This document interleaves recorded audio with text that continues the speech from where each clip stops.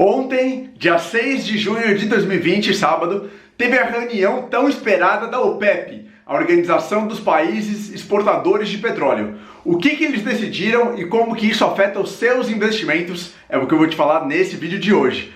Eu sou Bernardo Pascovitch, fundador do Yubi, maior buscador de investimentos do Brasil, uma plataforma totalmente gratuita em que você encontra, compara e escolhe o melhor investimento para os seus interesses e seus objetivos. Aqui no YouTube eu faço vários vídeos sobre investimentos e também sobre empreendedorismo, e todos os dias eu faço um vídeo sobre o fechamento do mercado, o resumo de tudo o que aconteceu no Brasil e no mundo que afeta o seu dinheiro e os seus investimentos. Eu quero pedir, antes de começar o vídeo, para você já se inscrever aqui no canal, se você não for inscrito ou inscrita, ativa as notificações do YouTube, isso é super importante para mim, para você não custa absolutamente nada. Deixa um like e bora pro vídeo. Como eu falei, ontem, no dia 6 de junho, teve essa segunda, não foi segunda, mas teve essa reunião importante da OPEP, a Organização dos Países Exportadores de Petróleo. Na verdade foi da OPEP+, que é a OPEP mais os seus aliados. E aí estavam presentes alguns países, alguns dos maiores, na verdade, exportadores de petróleo e produtores de petróleo do mundo. Tinha uma grande expectativa com o que ia ser decidido na reunião de ontem a respeito da continuação ou não do corte histórico de petróleo determinado na reunião de abril, naquela reunião que selou, na verdade, a paz, né, ou um acordo entre da guerra comercial, da guerra de preço do petróleo que estava tendo entre Rússia e Arábia Saudita no meio da pandemia do coronavírus, que derrubou o preço do petróleo para negativo no caso do petróleo WTI americano, fez com que o Brent, petróleo europeu, despencasse também. Então aquela reunião foi muito importante de abril e determinou que deveria haver uma redução na produção mundial de petróleo dos países da OPEP+, equivalente a 9,7 milhões de barris de petróleo a menos por dia. Então, por dia, o mundo parou de produzir 9,7 milhões de barris, o que é bastante coisa, é uma grande produção. Isso corresponde a 10% da produção diária global, internacional, de todos os dias. Portanto, foi um acordo relevante de remover esses 10% do mercado como forma de compensar a gigantesca queda da demanda que houve por conta da crise do coronavírus. Pessoas que não saem de casa, em quarentena, aviões que não estão voando, caminhões, ônibus, carros que não estão circulando. Então todos esses derivados do petróleo, indústria plástica foi muito afetada, todos esses derivados do petróleo deixaram de ser consumidos e portanto a demanda caiu radicalmente, né? Estima-se que a demanda tenha caído entre 30 e 35 milhões de barris por dia, e a oferta foi reduzida a partir de abril em 9,7 milhões de barris por dia. Esse é o panorama geral. Aí ontem, então, nessa reunião do dia 6 de junho, os países da OPEP+, se encontraram para decidir se essa prorrogação do corte de produção diário ia continuar ou não. Uma preocupação que existia era alguns países não estavam cumprindo a redução da produção diária. Dos países que não estavam cumprindo, o mais relevante, o maior, é o Iraque. O Iraque não estava cumprindo a sua meta diária de redução de produção. E por que o Iraque não estava cumprindo? O Iraque é um país que, desde o começo do milênio, né, depois um pouquinho de 2000, dos anos 2000, ele tem sido arrasado por guerras, né, lideradas pela coalizão dos Estados Unidos, OTAN, etc., que arrasaram o país. Teve queda do Saddam Hussein, ascensão de regimes mais ligados a radicais do país e radicais ligados de alguma forma ao Talibã do Afeganistão. Ou seja, o país ele ainda não se recuperou economicamente, é um país que tem sofrido muito politicamente, economicamente, disputas internas de diversos partidos e de diversas tribos, de toda a questão geográfica e cultural do Iraque. O resumo é, o país passa por um problema muito grande há muito tempo, econômico e social. Eles falam, já estamos com todo esse problema aqui há muitos anos, a gente vai ter que reduzir a produção diária de petróleo, que é uma das fontes principais de receita para o Estado, para o governo iraquiano. Faça-me favor, né? Não vou reduzir nada. Então o Iraque não reduziu, mas o OPEP+ ontem apertou. Ela falou, olha, se os países que não reduziram, não cumpriram a cota que a gente determinou a partir de abril, vão ter que cumprir essa cota adicional entre julho e setembro de 2020. E senão a OPEP pode entrar com multa, com processo, com exclusão da organização, pode ser uma coisa ruim. Então isso que foi determinado, o Iraque acabou cedendo. E foi decidido ontem, sim, que esse corte de produção vai continuar por mais 30 dias, vai começar a continuar por quase 2 meses. Vai continuar até o final de julho de 2020. A expectativa é que pudesse terminar agora, no final de junho, né? Porque era o prazo de 3 meses, abril, maio e junho, mas foi estendido por mais um mês e vai continuar até o final de julho. Isso traz um grande ânimo para os mercados. É importante dizer que essa reunião foi feita ontem, sábado, dia 6 de junho, mercados já estavam fechados, não estavam mais operando.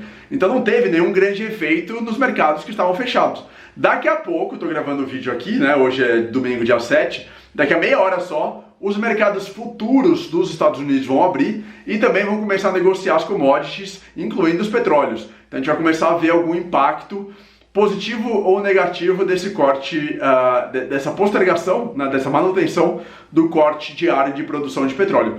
De acordo com especialistas, estou aqui com a minha cola, de acordo com especialistas, esse corte adicional é positivo, ainda que o mercado já estivesse precificando, né, na sexta-feira o petróleo subiu forte, mais de 4% cada um, o Brent e o WTI. O Brent, que é europeu, passou de $41 a sua cotação. Então o mercado já estava precificando esse acordo da OPEP no sentido de manter e prorrogar o corte diário da produção, né? Reduzindo a oferta, ou continuando a reduzir a oferta. Mas mesmo assim eu li alguns especialistas aqui dizendo que a perspectiva é de valorização do petróleo para os próximos dias, mesmo já tendo precificado parte dessa questão da reunião. Petróleo em alta, petróleo subindo, principalmente o Brent, beneficia quem? Beneficia Petrobras e PetroRio aqui no Brasil. As duas têm o preço, utilizam a cotação do Brent, não do WTI. Então Brent valorizando, as duas também, elas, enfim, ganham mais dinheiro vendendo petróleo e extraindo petróleo aqui no Brasil. Portanto, é uma boa notícia para a Petrobras e para a PetroRio, caso essa valorização permaneça. Para vocês terem uma ideia, mesmo com essa esticada que o petróleo deu recentemente, né? Vamos lembrar que ele estava lá em março, abril, a $15 praticamente, agora já está em quase 40, o Brent já passou de $40, mesmo assim, ainda falta um terço, falta 33% mais ou menos, para atingir a cotação que tinha no final de 2019. No final de 2019, a cotação do petróleo do Brent era de $67 e agora está em $40. Então ele já recuperou aí quase 2/3, ainda tem 1/3 para recuperar e para chegar naquela cotação de final de 2019. Depois da reunião, na verdade antes da reunião de ontem, o presidente americano, Trump, ligou para os líderes da Arábia Saudita e da Rússia, que são os principais países hoje da OPEP+, maiores produtores do mundo, né?